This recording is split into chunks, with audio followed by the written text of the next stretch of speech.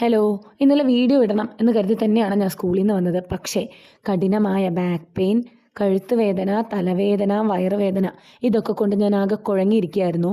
അപ്പോൾ ഞാനങ്ങ് റെസ്റ്റ് എടുത്തു ഗൈസ്. ഏതായാലും ഇന്ന് നേരെ ഡോക്ടറെ അടുത്ത് പോയിട്ടുണ്ട്. നോർമലി ഞാൻ വയ്യെങ്കിലും ഡോക്ടറെ അടുത്ത് പോകാറില്ല. കിടന്നുറങ്ങി ആ വയ്യേക മാറ്റാറാണ് പതിവ്. പക്ഷേ ഇന്ന് എനിക്കതിന് പറ്റിയില്ല. അത്രയ്ക്കും ബുദ്ധിമുട്ടി ഞാൻ ഇന്നലെ. അതുകൊണ്ട് തന്നെ ഡോക്ടറെ അടുത്ത് പോയി. അപ്പോൾ ഡോക്ടർ പറഞ്ഞത് ഹൈറ്റിൽ തലവെച്ച് കിടക്കുകയാണെങ്കിൽ ചിലപ്പോൾ നീരിറങ്ങി ഇങ്ങനെ വേദനിക്കാൻ സാധ്യതയുണ്ടെന്നാണ്. ഞാനാണെങ്കിൽ 2 തലയണ വെച്ചാണ് കിടക്കുന്നത്. ചിലപ്പോൾ അതാവാം. എന്തായാലും മരുന്ന് കഴിച്ച് 3 ദിവസം കഴിഞ്ഞ് മാറിയില്ലെങ്കിൽ വീണ്ടും വരണം. എക്സ്റേയോ സ്കാനിങ്ങോ ഒക്കെ എടുത്ത് നോക്കേണ്ടി വരും എന്ന് പറഞ്ഞിട്ടുണ്ട്. അപ്പോൾ ഡോക്ടർ പറഞ്ഞത് അനുസരിക്കാമെന്ന് വിചാരിച്ചു. സ്റ്റിൽ ആ തലവേദന അങ്ങനെ തന്നെ ഉണ്ട് കേട്ടോ.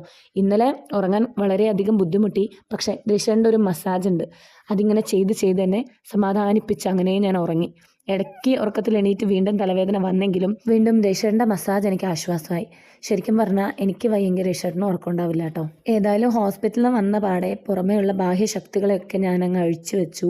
ഒന്ന് റിലാക്സായി കുറച്ചേരം മസാജ് ചെയ്ത് വിക്സ് ഒക്കെ പുരട്ടി. ഞാൻ ഈ ഇടയ്ക്ക് പറഞ്ഞേ ഉള്ളൂ വിക്സ് എനിക്ക് അധികം ആവശ്യം വരാറില്ല എന്ന്. പക്ഷെ കയ്യിലുള്ളത് നന്നായി. ഏത് സാധനം എപ്പോഴാണ് എങ്ങനെയാണ് ഉപകരിക്കാമെന്നൊന്നും പറയാൻ പറ്റില്ലല്ലോ. അങ്ങനെ അതെനിക്ക് ഉപകാരമായി വന്നിരിക്കുകയാണ് ഗൈസ്. അങ്ങനെ കുറച്ച് നേരം ഞാനിങ്ങനെ വെറുതെ ഇരുന്നു.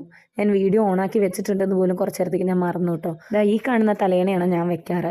ഇതാണ് എൻ്റെ കഴുത്തിനും തലയ്ക്കും പണി തന്നത് എന്നാണ് തോന്നുന്നത്. എന്തായാലും പോട്ടെ, സാരമില്ല. പക്ഷെ ഇതെനിക്ക് വല്ലാണ്ട് വിഷമമുണ്ടാക്കി കേട്ടോ. എൻ്റെ മിനി അക്ഷയപാത്രം കീറിയിരിക്കുന്നു ഗൈസ്. സംഭവം അതിൽ കൊള്ളുന്ന ഐറ്റംസ് മാത്രമേ വെക്കാൻ പറ്റുള്ളൂ. അതുകൊണ്ടായിരിക്കാം അത് പെട്ടെന്ന് പണി തന്നത്.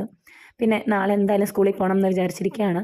അതുകൊണ്ട് തന്നെ നാളേക്കുള്ള സാരിയൊക്കെ റെഡിയാക്കി വെച്ചു.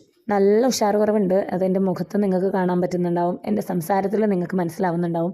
But still we have to move on അതുകൊണ്ട് ഞാൻ അങ്ങനെ മൂവ് ഓൺ ചെയ്യാൻ തീരുമാനിച്ചു. ഇനിയിപ്പോൾ ഈ കുട്ടി റൊണാൾഡോയുടെ കൂടെ കുറച്ച് സമയം സ്പെൻഡ് ചെയ്യട്ടെ കേട്ടോ.